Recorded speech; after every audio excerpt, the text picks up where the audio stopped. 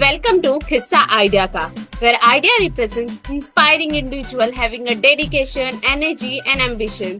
Our today guest is very special, especially for me because he is a mentor, author, trustee and big friend of many life. So happy to have you, Deepak sir. And I am equally honored and humbled to be on your channel and definitely looking forward to it. So thank you very much. And before you start, like I do in every recording or podcast, first of all, I would like to extend my gratitude because today I am here. So I want to convey my gratitude to, first of all, my parents who brought me in this world. And then obviously the journey. And then definitely, again, why I'm sitting here is all because of Udyan Care. So my highest gratitude to Udyan Care and its founder, Dr. Kiran Modi, जिन्होंने मुझे मौका दिया volunteering करने का 2009 में. So I think my highest gratitude to Udyan Care and Dr. Kiran Modi. ये बहुत अच्छी चीज है sir. I watch your previous podcast and that is a great thing because we always need to have grateful for the things which we have. And अगर हम जो है उसके लिए ग्रेटफुल होते हैं तभी हमें वो मिल पाएगा जिसके लिए हम चाहते हैं कि we need to have that. So yes sir. तो इसके साथ sir we want to know your journey कि लाइक कैसे स्टार्ट किया फ्रॉम चाइल्डहुड. लाइक जब आप कॉलेज में थे सोचा होगा कि कुछ ड्रीम है या ये बनना है और इसे ऐसे अचीव करना है. देन कैसे लाइफ में वो चीज आप कर पाए या प्लान्स कैसे गए? 1960 में आई वॉज बॉर्न. एक स्मॉल टाउन है यूपी में, मोदी नगर, जहाँ मैं पैदा हुआ.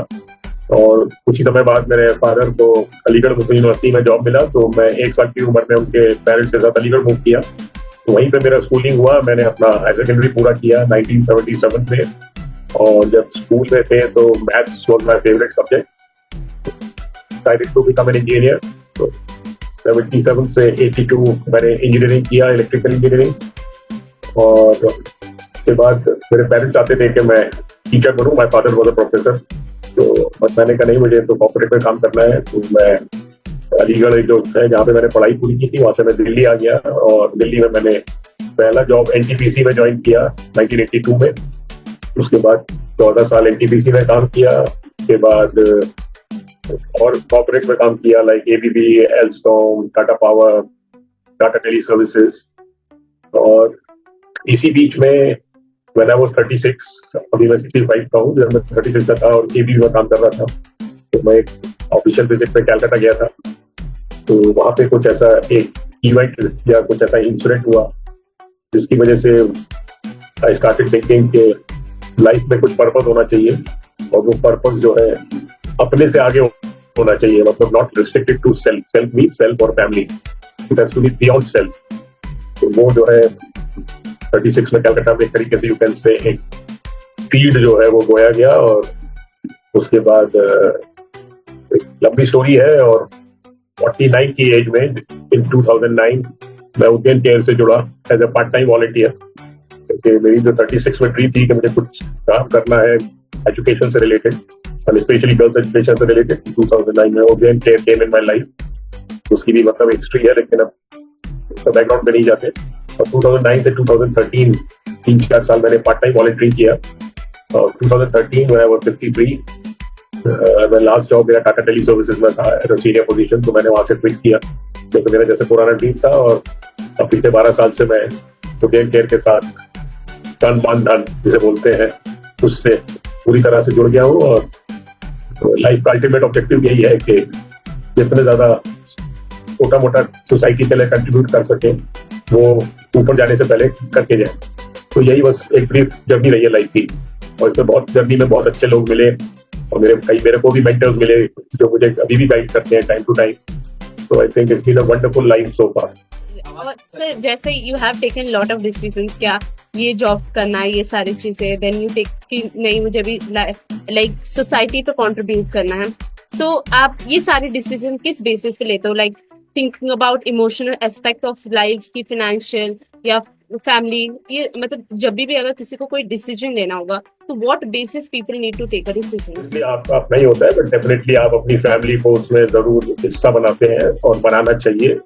ठीक है ना, बिकॉज अब जैसे मैं अगर अपने केस की बात करूं तो मेरे डिसीजन में माय वाइफ जो कि डॉक्टर है और एक मैं हमेशा उनको बोलता हूँ बेस्ट हाफ है वो मेरी, not a better half but best half. तो उनको हमेशा हमने जब भी कोई चीज डिसीजन लिया तो डिस्कस किया। मेरी मदर जिनके साथ हम लोग रहते थे लास्ट 33 ईयर्स, अभी लास्ट अक्टूबर में उनकी डेथ हुई, तो वो भी हमारे डिसीजन मेकिंग का हिस्सा थी। तो ये सारे डिसीजन जो है मतलब एटलीस्ट मैं बोलूंगा, हाँ मतलब ये डिसीजन जैसे अगर मैं बोलूँ तो माय सन इज देयर, उसको खाली हमने इन्फॉर्म किया, डिसीजन मेकिंग में उसको नहीं इन्वॉल्व किया, because this was something as I said, जब मैं 36 साल का था तो मुझे कुछ ऐसा हुआ वाकया जो मुझे मजबूर कर दिया लाइफ के बारे में सोचने के लिए कि what is life, and life has to be much beyond self. But yes, wife and mother का डिसीजन, और हमेशा ये लोग मेरे को बोलते रहते थे, बोलते हैं कि what ever you feel best you should do. और जहां तक रही फाइनेंशियल प्लानिंग की, तो वो चीज जब हमने 36 में ऐसा कुछ सोचा तो प्लानिंग उसी हिसाब से लाइफ की थी। जब हमें बहुत एस्पिरेशंस नहीं है, ऐसा नहीं है कि भी ड्राइव अभी कार या बहुत बड़े बंगले में रहते हैं, फ्लैट में रहते हैं, छोटी गाड़ी चलाते हैं, तो मतलब एस्पिरेशन भी हमने बहुत लिमिट रखे हुए हैं। मतलब एस्पिरेशन है ही नहीं, टू बी ऑनेस्ट। एस्पिरेशन यही है कि कंट्रीब्यूट कितना कर सकते हैं सोसाइटी को। तो आई थिंक फैमिली का डिसीजन मेकिंग में स्पेशली वाइफ एंड मदर का मेरे हिसाब से मेरे लिए बहुत बड़ा सहयोग रहा है। आप मेंटोर तो हुई sir, but I feel you are a best son, like you care about your family or you care about your mother. So like we see in today generation, आप पैटर्न बदल चुका है, like the mindset will change. So what do you think कि कहाँ पे today youth lag कर रहा है, like in respect, in the manner, जो previous generation बहुत अच्छे से कर रही थी, but today generation उतनी अच्छे से नहीं कर पा रही है, या उसमें कहीं ना कहीं खो जा रही है? तो मैं किसी जनरेशन को ब्लेम नहीं करूंगा, बिकॉज जैसा कि एवरी जनरेशन में साइकिल चेंज होती है। अगर मैं बात करूं तो मेरे फादर यूनिवर्सिटी में पढ़ाते थे, लेकिन ऑलमोस्ट लास्ट डेज तक वो साइकिल या टू व्हीलर पे ही चले। तो obviously as time is passing, इतना ज्यादा डेवलपमेंट हो रहा है, लिबरलाइजेशन हो रहा है, इतनी चीजें आगे बढ़ गई हैं, कम्युनिकेशन यू आर सीइंग कि कितनी स्पीड से आगे बढ़ रहा है। तो I think with changing times I will not blame the youth, but yes थोड़ा सा शायद हमारी जनरेशन या हमसे पिछली जनरेशन थोड़ा कंटेंटेड फील करती थी whatever they had। आज ऑब्वियसली एस्पिरेशंस आज की जनरेशन के ग्रो हो रहे हैं, और कई बार मुझे लगता है कि शायद they want at certain speed, और वो अगर स्पीड पे नहीं हो पाती ग्रोथ तो थोड़ा सा सेंस ऑफ फ्रस्ट्रेशन आता है आज की जनरेशन में। बट आई थिंक मेरी एडवाइस यही है आज की जनरेशन के लिए कि आई थिंक जो एक वैल्यू सिस्टम है हमारा, इंडियन वैल्यू सिस्टम जिसकी मैं बात कर रहा हूँ, कि पेरेंट्स को रिस्पेक्ट करना, पेरेंट्स की ध्यान रखना, उस चीज को बेसिक जो एक वैल्यू सिस्टम है उसको जरूर नजरअंदाज ना करें, उसको जरूर कैरी फॉरवर्ड करें। बट ये सही रास्ते पर चले और ग्रोथ के लिए एवरीवन लुक्स फॉर ग्रोथ, तो उसके लिए काम करें, but with rightful approach, right values, with highest integrity and honesty. That's very important in life. Yeah, like according to you, what is important value do you have and that shape your personality? सबसे जो मेरे personally मैं अपना view इस podcast में express कर रहा हूँ, तो मेरे हिसाब से कैरेक्टर इंसान का जो है ना एक बहुत इंपॉर्टेंट चीज है, और उस कैरेक्टर में बहुत सारी चीजें आती हैं। कैरेक्टर में खाली यही नहीं कि वो बॉयफ्रेंड गर्लफ्रेंड, मैं उस कैरेक्टर की बात नहीं कर रहा, मैं कैरेक्टर में कर रहा हूँ टाइम मैनेजमेंट आता है, ऑनेस्टी आती है, एटीट्यूड आता है कि हर चीज जो भी आप है, तो अगर आप कुछ भी काम कर रहे हैं, पढ़ाई कर रहे हैं, जैसे आपका टाइम इस वक्त पढ़ाई करने का है, तो राइट अप्रोच, एटीट्यूड ठीक होना चाहिए, फोकस्ड होना चाहिए। ये सारी छोटी छोटी चीजें हैं जो पार्ट ऑफ कैरेक्टर है। और अगर इन पे ऑनेस्टी, मतलब कई बार मतलब मेरे भी कॉर्पोरेट टाइम में इस तरीके के वाकया है where I might have been lured to earn some money which was unethical, but obviously I fought against that.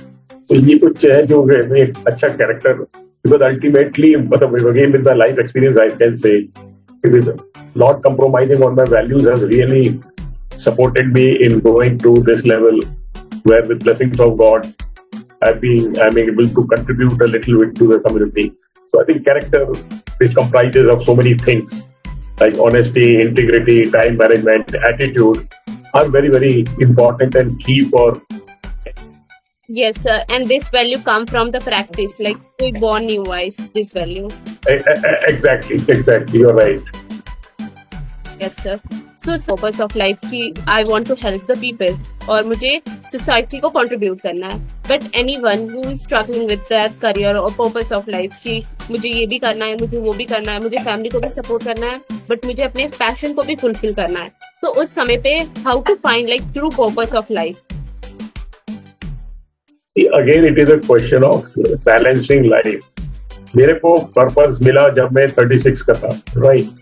But then at that stage of life, I had my son who was 7 years old. I had my wife. I had my mother with whom we were living. So it's not that कि मैं उसी वक्त छोड़ के नहीं मुझे तो ये काम. A lot of planning went into it. Yes, how I will move ahead, how I will do my financial planning, how will I, when I give up my job, what will be my situation, how will I manage my life.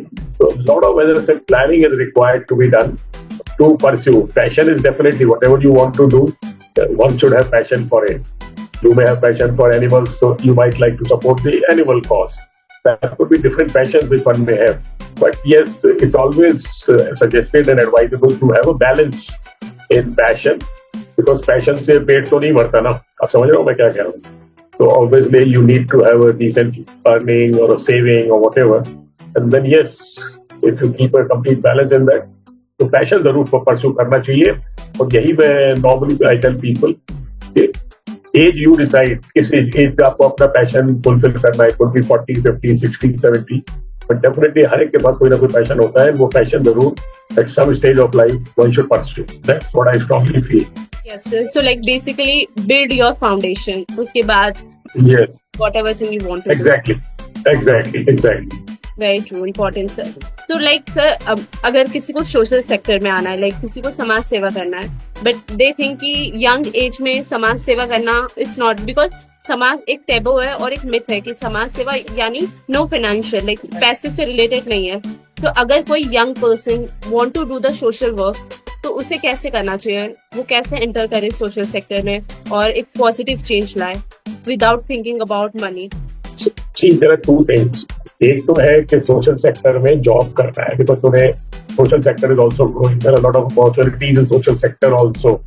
Maybe the salaries may not be that as compared to the corporate, but yes, case of Udair Kehraj, हमारे यहाँ भी almost 350 people are working in the organization at different levels, and they're all salaried employees.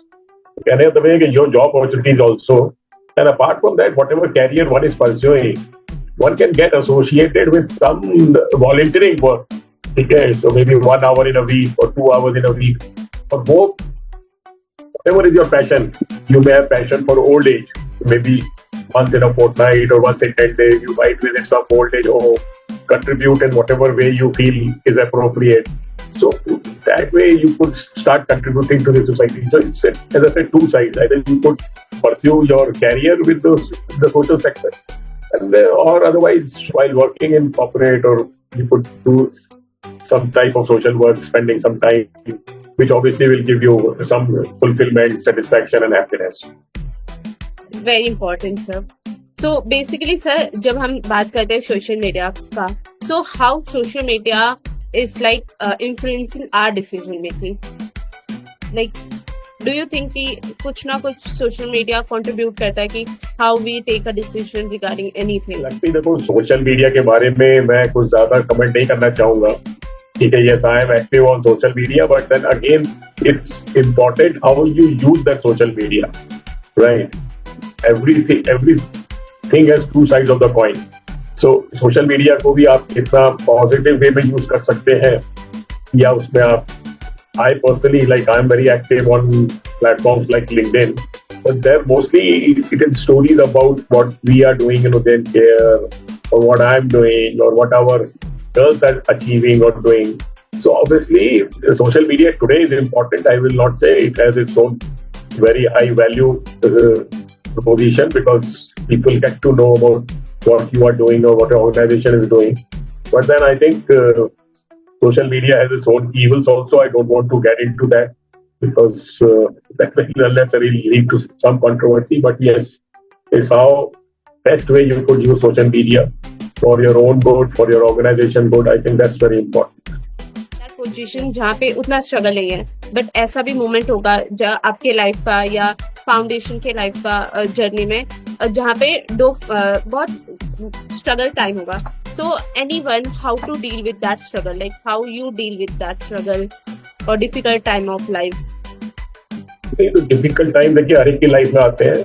I am sure आज अडानी और अंबानी की life में भी difficult times आते होंगे. ठीक है, but then one is कि आप कितने resilient हैं, how resilient you are to face that difficulty, and then it is always good to learn from others. I personally believe, yes, I had many times when I started my full-time engagement with Udayan Care, there were a lot of challenges. Today also I have challenges, but initially there were a lot of challenges. But then you have your own people whom you can call them mentors or guide or coach, with whom you discuss and you get the right solution, right direction. So especially in this particular sector, social sector, when I started, Dr. Kiran Modi, who is the founder of Udayan Care, I still consult so many things because she is an expert in this area, in this field. So one needs to have good mentors who are available. That's very important, and listen to them because listening is very important. Listen to them and then guide. So I think I had my own fear of challenges, and I followed this process to overcome them. So we have to like ask for help, or like people think asking a help is a sign of weakness, but it is a sign of like you want to improve, you want to grow. People believe like today network is your net worth, और हम देखें कि sir you have good network, you are easily comfortable with anyone irrespectful their age or anything. You are comfortable with young people, old people or anyone. So like what is the easy way to make a network with anyone? I've seen, and especially again I'll quote my father especially, कि सबसे पहली चीज जो होती है, even my mother also, that कोई छोटा बड़ा नहीं होता. First of all we are all first human beings. पहले हम इंसान हैं, बाद में हम स्टूडेंट हैं या प्रेसिडेंट हैं, वाइस प्रेसिडेंट हैं, ट्रस्टी हैं, मेंटर हैं, व्हाटएवर. लेकिन पहले वी आर ह्यूमन बीइंग्स. तो अगर हम अच्छे से एक दूसरे से बात करें, एक दूसरे को रिस्पेक्ट करें, क्योंकि ये मतलब नहीं है कि आपकी एज ज्यादा है तो आप सर्वज्ञानी हैं. ठीक है, ये सबसे बड़ी किसी की भी एक नासमझी होती है. मैं समझूं कि मैं सर्वज्ञानी हूँ बिकॉज मैं 65 साल का हूँ, तो बिल्कुल गलत. सो पहला तो ये इंटेंट होना चाहिए कि हम एक दूसरे से सीखेंगे, और एक बचपन से हमने सीखा कि आप अगर इज्जत देंगे तो आपको इज्जत मिलेगी, चाहे वो छोटा हो, बड़ा हो, बराबर का हो. तो आई थिंक वो चीज होनी बहुत मेरे हिसाब से जरूरी है कि one has to be humble, very polite, and so that's why मैं कभी किसी को छोटा बड़ा नहीं समझता. And that's why I get along with any age group, because everyone has its own value, everyone has its own importance in the system. Have to be like a water, किसी के साथ भी घुल जाओ. बस बस बस बस बिल्कुल सही बोला. चीनी है तो चीनी में मिल जाओ, नमक है तो नमक में मिल जाओ. Yes. और बगैर पानी के तो दाल भी नहीं बनती, सब्जी भी नहीं बनती. Very true, very true. तो सर like किसी आज के like today we are easily बहुत सारे ऑप्शंस है हमारे पास, और नॉलेज का तो ढेर है जैसे, बट फोकस नहीं हो पाता है. लाइक फोकस पे लैक होता है. मतलब कहते हैं कि मुझे सब कुछ पता है कि कैसे करना है, कैसे खाना बनाना है, बट मेरे को खाना बनाना नहीं है बिकॉज उतनी फोकस नहीं हो पाती है. So what do you think कि focus, how to build up focus? इसमें देखिए जो मेरा व्यू है कि एक तो आपको क्लैरिटी होनी चाहिए, और यही क्लैरिटी मैं बताया, रिपीट कर रहा हूँ कि कई बार होता है कि नई क्लैरिटी होती है. तो it's always good to discuss with people whom you feel will give you good guidance, proper advice. तो एक कंफ्यूजन होता है, और स्पेशली आते हैं यंगस्टर्स के लिए कि मुझे आगे क्या पढ़ना है. तो एक तो क्या है कि जो भी है हर एक में प्लान ABC होना चाहिए. कभी ये सोच के नहीं बैठना. मैं आप पे एग्जाम्पल लगा दूं कि नहीं मुझे सिविल सर्विसेज में जाना है, इट्स वेरी गुड, उसके लिए आपने एफर्ट कर रहे हैं, सब कुछ कर रहे हैं, but we all know how tough the competition is. So we should always have plan B and plan C so that we are prepared, because वही वाली बात है. मैंने भी अपने जब इंजीनियरिंग किया तो मैं भी सिविल सर्विसेज में जाना चाहता था. मैंने भी एंट्रेंस एग्जाम दिया, नहीं पास हुए तो कोई बात नहीं है ना. बट आज मैं जहाँ भी मुझे लगता है कि I am more than satisfied with wherever I am. तो ये चीज एक तो दिमाग में जनी बैठी है कि बस नहीं मुझे ये करना है, नहीं तो इसके अलावा तो लाइफ खत्म हो जाएगी. नो, ऑलवेज है plan B and plan C, and always इसके साथ भी आप कंफर्टेबल है, डिस्कस करिए, गाइडेंस लीजिए और कोशिश करिए कि उस रास्ते पे चले आप। Yes, very true. लाइफ हमें घुमा के लेके जाएगी कहीं से भी, बट वो हमें अपनी डेस्टिनेशन तक लेके जाएगी। लाइक एक और क्वेश्चन था कि जब हम कहते हैं कि हमें अपनी लाइफ के गोल अचीव करना है, तो जब गोल्स होते हैं तो उस किस बेसिस पे गोल बनाने चाहिए? कि बिकॉज हम एज अ यंग पीपल, एक साइंटिफिक रिसर्च और साइंटिफिक है कि हमारा जो माइंड है वो 25 ईयर्स तक डेवलप होता है, पूरा डेवलप। तो उससे पहले जो हम सारे डिसीजन लेते हैं वो प्रॉपरली नहीं होते हैं, क्योंकि हमारा माइंड डेवलप ही नहीं होता है। तो इसकी वजह से हमारे गोल चेंजेस होते रहते हैं, हमारे इंटरेस्ट चेंजेस होते रहते हैं। तो एक पर्सन को कैसे रिएक्ट करना चाहिए उसके रिगार्डिंग कि नहीं, पहले तो मुझे टीचर बनना था, अभी लॉयर, तो उससे कैसे?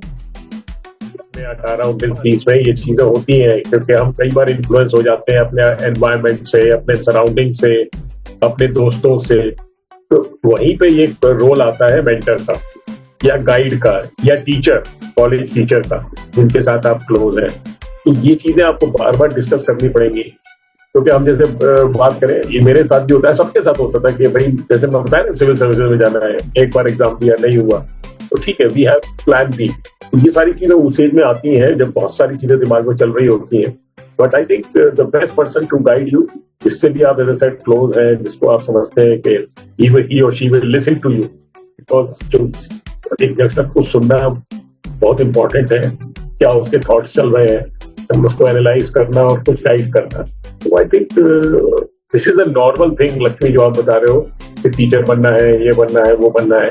But I think always have a good 1 or 2 mentors who could guide you, जिन्होंने लाइफ में एक्सपीरियंस किया हुआ है और अपने एक्सपीरियंस से शेयर कर सकते हैं। So according to you sir, is there an age of mentor, be a mentor? अगर किसी को mentor बनना है तो वो किस बेसिस पे बनते हैं? Like basis on experience, basis on age, or basis on network, or basis of what? To be a good mentor. Experience तो आता ही है, इसमें कोई डाउट नहीं है, ठीक है। तो age is definitely an important parameter, I would say, but not the only parameter. But yes, other parameters could be कि किसने किस एरिया में कैसे काम किया है, या उसका अपना नेटवर्क कैसा है, वो सारी चीजें भी मैटर करती है। But yes, age is definitely an important factor for being a mentor. अब जैसे अपने शाली दीदी होती है, तो आप जो सीनियर शाली वो करती है डेफिनेटली, तो वो एक अच्छा कनेक्ट कर सकती है। एक सेम एज ग्रुप ऑलमोस्ट होता है, तो पॉसिबली वो real life time experiences share करके वो भी गाइड कर सकती है। आई एम नॉट सेइंग, तो they could also be good mentors, but people like us obviously with our own life experience, practical experience के बेसिस पे पॉसिबली बेटर गाइड कर सकते हैं। यस सर, अभी हम आपके बुक के बारे में जानना चाहेंगे कि लाइक वो बुक क्यों हमें रीड करना चाहिए, व्हाई पीपल शुड रीड, और उससे क्या बेनिफिट है? विंग्स टू फ्लाई जो मैंने लिखी थी 2022 में, तो मैं ये नहीं कह रहा क्यों रीड करनी चाहिए, लेकिन इसमें मैंने अपनी जो जर्नी है उसको नरेट किया है in a very simple language, और पर्पस इसका यही है कि this also could be one way of living life. So जो कुछ मेरी जर्नी के थ्रू हुआ, इतने सारे बच्चे कनेक्ट हुए, इतने सारे बच्चे को मेंटर किया, और जैसे बुक में मैंने एक फ्रेज लिखा है शुरू में कि even if you are able to change one life, you have changed the whole world। तो कोशिश यही है कि इसको अगर लोग पढ़ेंगे तो आई एम श्योर कहीं ना कहीं उनको ये किताब छूनी चाहिए। तो इसमें 100% ट्रूथ है, कोई फिक्शन नहीं है, this is a life story, life journey, और जिस तरीके से बच्चों ने भी उसमें कंट्रीब्यूशन किया है, तो आपने देखा होगा कि everything is coming from their heart. So I think तो यही बोलूंगा कि किसी को लगता है कि लाइफ में अपने से आगे कुछ करना है, तो वो अगर किताब पढ़ेगा तो शायद इंस्पायर होगा इसको पढ़ के। ये जैसे बताना है कि अगर आप ये बुक खरीदते हैं तो लाइक इसका टोटल मनी जाता है उद्यान कैल को, जो एक अच्छे काम के या बिल्कुल एवरी रुपी जो भी इस पे अर्निंग होती है वो उद्यान कैल पे जाती है। मैं आपको शेयर करूं कि इस बुक के ऊपर एक बॉम्बे के फिल्म डायरेक्टर ने एक डॉक्यूमेंट्री भी बना दी है 20 मिनट की, तो पता नहीं आपने देखी है, नहीं देखी है तो मैं उसका आपको लिंक भेजूंगा, वो मेरे यूट्यूब चैनल पे है। तो इट्स अ 20 मिनट डॉक्यूमेंट्री जो किताब को ही उन्होंने कन्वर्ट किया है डॉक्यूमेंट्री में। Very important sir. और सर ये भी था कि उदयन का वीडियो आया था, लाइक एक बिगेस्ट यूट्यूबर ने वीडियो बनाया था, तो उसकी जर्नी, उसका एक्सपीरियंस शेयर करना चाहेंगे आप? हाँ, मतलब डेफिनेटली उदयन केयर के लिए और मेरे लिए, दोनों के लिए it was a very very proud moment कि he came on that platform, who is the biggest YouTuber. और अगेन कहानी ये है कि नेटवर्क का ही सपोर्ट है। मैं एक बिजनेस ग्रुप BNI का एक मेंबर हूँ और उसी के एक मेंबर ने हमें कनेक्ट कराया, मिस्टर गौरव बजाज जो कि मेंबर है मेरे BNI में, उन्होंने कनेक्ट कराया और उनकी टीम आई। तो मतलब वही है कि नेटवर्क का भी कितना बड़ा हाथ होता है चीजों को ग्रो करने में और एक्सपेंड करने में। तो I think today networking is very very key to anything you do in life. तो वो काफी उसको उस पर वो जो है उनके YouTube चैनल पे अभी तक almost more than 2 crore views हो चुके हैं ऑफ दैट पर्टिकुलर वीडियो। तो उदयन केयर को अच्छी ग्लोबल प्रेजेंस उससे और एक्सपेंड हुई है उदयन केयर की। यस सर, जैसे अगर व्यूअर देखना चाहे तो कुछ चीजें बता सकते हैं जो वीडियो में है, जिससे व्यूअर को आइडिया मिले कि वो क्यों वो वीडियो जरूर देखना चाहिए, to know more about Udayan Care. तो वही उस वीडियो में यही दिखाया है। मैनेजिंग ट्रस्टी ने ओपनिंग शुरुआत मैनेजिंग ट्रस्टी की हुई है कि उन्होंने बताया उदयन केयर क्या क्या करता है, और उसके बाद उन्होंने एक बच्ची की जर्नी के बारे में बताया है जो मेरे साथ कनेक्टेड रही तो फॉर लास्ट 12-13 ईयर्स। तो उसको उन्होंने एक बहुत ही स्टोरी में बिल्डअप किया है, और उसमें जैकलीन फर्नांडिस जो मुंबई की एक एक्ट्रेस है वो भी उसका हिस्सा है। तो it has been a very very nicely choreographed video. तो जो लोग मुंबई फिल्म इंडस्ट्री को अच्छे से जानते हैं तो वो जैकलीन है, तो वो भी एक अट्रैक्शन हो सकता है लोगों के लिए वो वीडियो देखने का। यस सर, जो आपके any experience in your life that shape your personality, बहुत सारे, बट ऐसी कोई एक्सपीरियंस जिसने टोटली आपकी पर्सनालिटी को शेप कर दिया और बदल दिया समथिंग? तो जैसे मैंने ये आपको बताया शुरू में भी, फिर रिपीट कर रहा हूँ, ये जो है बुक भी लिखी है, तो बुक मैंने अपने फादर को डेडिकेट की है। तो जो शेप मेरी जर्नी की वो मेरे फादर में फिजिक्स के प्रोफेसर थे, लेकिन कभी भी उन्होंने ट्यूशन नहीं पढ़ाया और हमेशा यही कहा कि मैं विद्या को बेचता नहीं हूँ। और मैं, क्योंकि उनको पढ़ाने के पैसे तो यूनिवर्सिटी में मिलते थे, सैलरी मिलती थी, उसके अलावा उन्होंने सैकड़ों बच्चों को फिजिक्स पढ़ाई घर पे। और लोग कहते थे आप पैसा लीजिए, तो उनका हमेशा यही कहते थे कि मैं विद्या बेचता नहीं, पढ़ाने के लिए मुझे यूनिवर्सिटी से पैसा मिलता है। तो शायद ये जो चीज मुझे उस वक्त से, मैं 12-14 साल का होऊंगा, 15 साल का, तब से मुझे लगा कि मनी इज नॉट एवरीथिंग। वही वैल्यूज, और एक वैल्यूज जो मैंने वो चीज वैल्यू देखी वो मुझे, मतलब मैं भूल नहीं सकता आखिरी दम तक। और वो मेरे लिए आई थिंक सबसे ज्यादा लाइफ चेंजिंग टाइम रहा मेरी जिंदगी में। जिस वे से उन्होंने नर्चरिंग किया, that shape your whole personality. Yes, definitely. I give full credit to my father. Sir, what is the secret of your like health? Like आप अभी भी बहुत यंग हो और like grace you walk in marathon, बहुत सारे trip में जाते हो, बहुत सारे award ceremony, so every day you wake up, और क्या सोच के, जुनून, मिशंस, क्या किस ऐसी कौन सी चीजें जो पुरानी कहावत है, healthy mind in healthy body, health से भी, तो ये बचपन से सीखा। और एज आई सेड, मैं 65 का हूँ, लास्ट 35 ईयर्स से मैं एवरी डे 1 आवर जो है अपनी बॉडी पे स्पेंड करता हूँ। चाहे मैं रनिंग करता हूँ, चाहे मैं टेनिस खेलता हूँ, पहले क्रिकेट खेलता था, लेकिन मुझे स्पोर्ट्स का शौक है, तो मैं फिजिकल एक्टिविटी बराबर करता हूँ, एटलीस्ट 1 आवर एवरी डे। इवन आज भी मैं सुबह 5 किलोमीटर वॉक किया करता हूँ, डेली करता हूँ। That is nothing different, I do any day. और फिर आप जैसे यंगस्टर्स के साथ काम करता हूँ, तो मुझे एनर्जी वही लेवल पर रखनी पड़ती है ना जिस लेवल पे बच्चों की एनर्जी है। तो आप लोगों से, बच्चों के प्यार से बहुत सारी एनर्जी मुझे आती है। So that's how I keep going. And ultimately भगवान की ब्लेसिंग्स तो चाहिए, तो वो तो I always seek blessings of God.